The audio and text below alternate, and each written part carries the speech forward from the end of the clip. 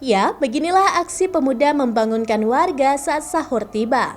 Aktivitas seperti ini sudah berlangsung selama 10 tahun. Namun aksi mereka ini baru viral pada tahun 2019 setelah diupload ke media sosial. Cara pemuda Berawe membangunkan sahur ini memang sangat menarik dan sudah menjadi penantian warga saat bulan Ramadan lantaran syair yang mereka lantunkan dalam bahasa Aceh dan bahasa Indonesia sangat merdu dan enak didengar.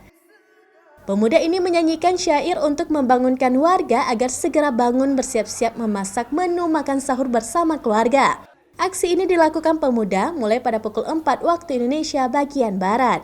Jadi untuk yang sekarang mungkin beda dari tahun yang sebelumnya, bahwasannya mungkin kalau tahun sebelumnya itu kita masih lengkap semua ya. Dan sekarang agak waktunya itu nggak selalu standby setiap malam, dikarenakan memang ada teman-teman yang bekerja gitu kurang lebih. Dari liriknya sudah pasti ada penambahan, itu juga request dari penonton setia ya. Karena juga kita melihat jangan sampai monoton liriknya gitu.